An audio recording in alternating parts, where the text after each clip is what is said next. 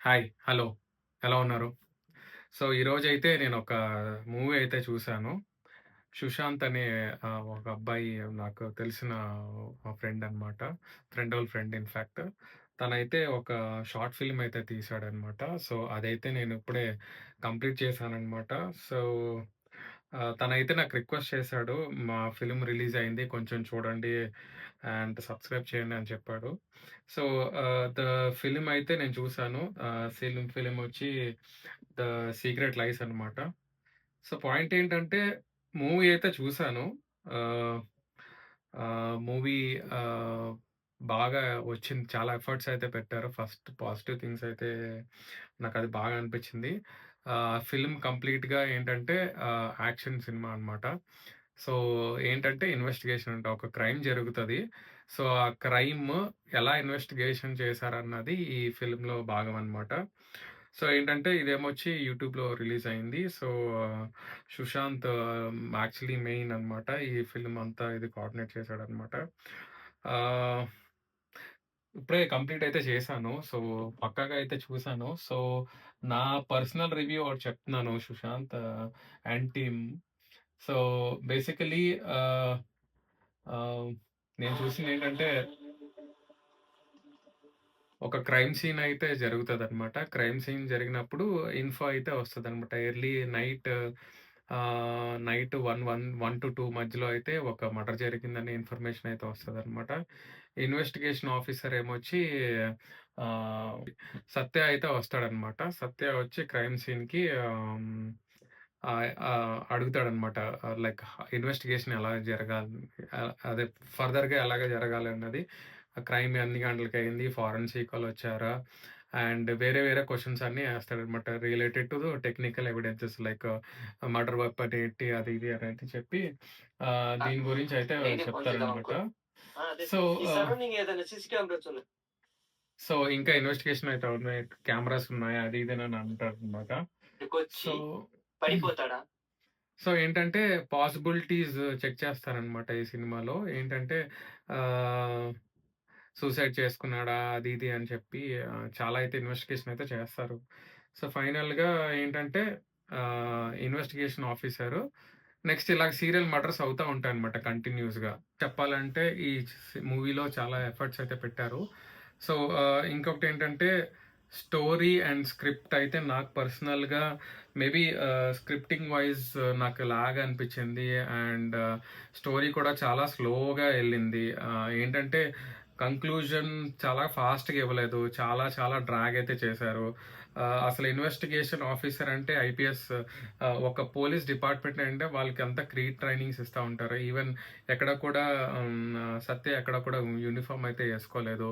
Okay. Uniform అదంతా secondary part అయినా సరే, ఇన్వెస్టిగేషన్ ఆఫీసరు నైట్ అంతా కష్టపడతాడు. కానీ he is not able to crack the evidence very fastly. ఎందుకంటే ఆహ్, మర్డర్స్ అవుతానే ఉంటాయి. సత్య ఏమొచ్చి he is not able to crack the ఎందుకంటే ఆహ్, ద రీజన్ ఏంటంటే వాళ్ళ కొలీగే ఆహ్, ఈ క్రైమ్స్ చేస్తా ఉంటాడనమాట. సో, సౌండ్ పరంగా, మ్యూజిక్ పరంగా yeah! It is not great అని చెప్పలేము. But okay. ఓకే అని అనొచ్చు. అయితే నాకు చాలా లాగ్ అనిపించింది. చాలా ఆహ్, ఎఫర్ట్స్ ఉన్నాయి. నేను పాజిటివ్‌గానే చెప్తున్నాను. బట్ నాకెందుకో చాలా లాగ్ అయితే అనిపించింది. ఈ మూవీకి నేను 10 ఔట్ ఆఫ్ 10 అయితే ఇవ్వలేను. బికాజ్ అంతగా అయితే నాకేం అనిపించలేదు. సో, క్రైమ్ ఎందుకు చేస్తాడంటే ఫైనల్ కంక్లూజన్‌లో ఆహ్, ఈ ఈ సత్య ఫ్రెండ్ ఇంకొక ఆఫీసర్ ఎవరైతే ఉన్నాడో అతనే చేస్తాడనమాట. ఇవన్నీ ఎందుకు చేస్తాడంటే సింపుల్ లాజిక్ ఏంటంటే వాళ్ళందరూ క్రిమినల్స్. వాళ్ళు కోర్టు, జస్టిస్‌కి తీసుకెళ్ళడం ఎందుకు? సో, మనమే మర్డర్ చేసేస్తే ఆహ్, లా అండ్ ఆర్డర్‌ని తన చేతుల్లోకి తీసుకొని ఈ తను ఇలా కిల్లింగ్స్ చేయడం అన్నది నాకు పర్సనల్‌గా నచ్చలేదు. ఎందుకంటే మనం న్యాయ వ్యవస్థ మీద మనం డెఫినిట్‌గా ఆహ్, మనం మనం ఎప్పుడు కూడా నమ్మకం అయితే ఉంచాలి. ఆఫ్‌కోర్స్ ఫాస్ట్‌గా కొన్ని కొన్ని కేసుల్లో ఇది అయితే సైకలాజికల్‌గా మేబీ సత్య వాళ్ళ ఫ్రెండ్ మేబీ కొంచెం ఇన్‌స్టేబుల్ అనుకుంటా. ఎందుకంటే అందుకని తను కూడా ఆహ్, ఆహ్, వెంటనే రియాక్ట్ అయ్యి తను కూడా సూసైడ్ చేసుకుంటాడు. సో, అయితే ఆహ్, హ్మ్. ఇందులో ఎక్కువ యాక్షన్ అయితే ఉన్నది. ఎందుకంటే సత్య బాగా పరిగెట్టాడు. బాగా ఎక్సర్సైజ్ బాడీ అనుకుంటా. సో, మొత్తం అంతా పరిగెట్టారు టీమ్ అంతా. సో, ఆహ్, ఆహ్, సో ఇక్కడ చెప్తున్నాను కదా! ఇక్కడ ఇదే చెప్తున్నాను. ఈ పాయింటే చెప్తున్నాను. చేసింది తప్పులైతే మరి నువ్వు చేసేదేంటి? ధర్మం. ఇలా ధర్మం అనుకుంటూ పో. సో, అదే దట్స్ వాట్ సత్య చెప్తాడు డెఫినెట్‌గా. ఇది ఇలా చేయడం కరెక్ట్ కాదు. కోర్ట్ అండ్ జస్టిస్ ఉన్నది అన్న పాయింట్ అయితే తీసుకొస్తాడు. బట్ ఇక్కడే తినైతే చచ్చిపోతాడు.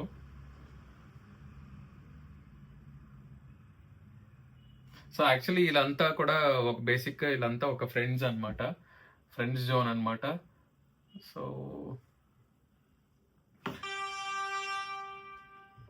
సో, ఫైనల్‌గా ఏంటంటే నేనైతే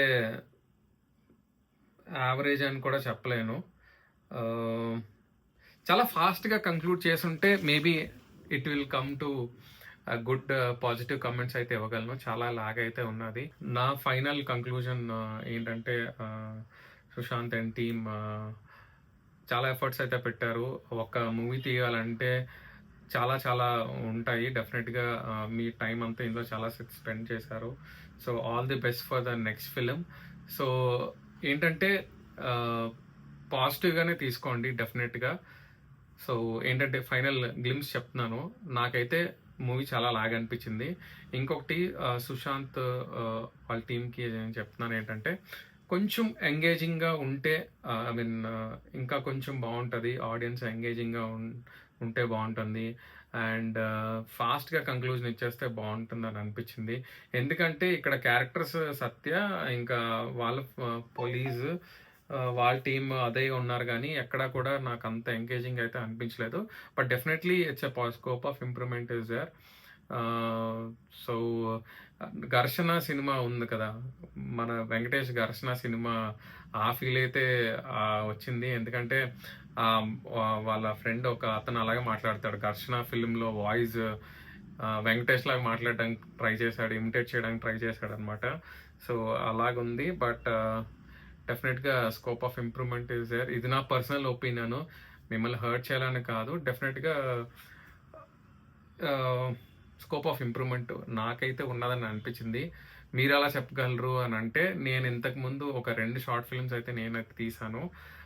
way like 10 years before 10-12 years before అయితే నేను ఒక షార్ట్ ఫిల్మ్ 2 అయితే తీసుకున్నాను. నేను అసిస్టెంట్ డైరెక్టర్ అనమాట అప్పుడు. సో, ఆ 2 ఫిల్మ్‌లు అయితే ఉన్నాయి. సో, ఆ బేసిస్ మీద చెప్తున్నాను.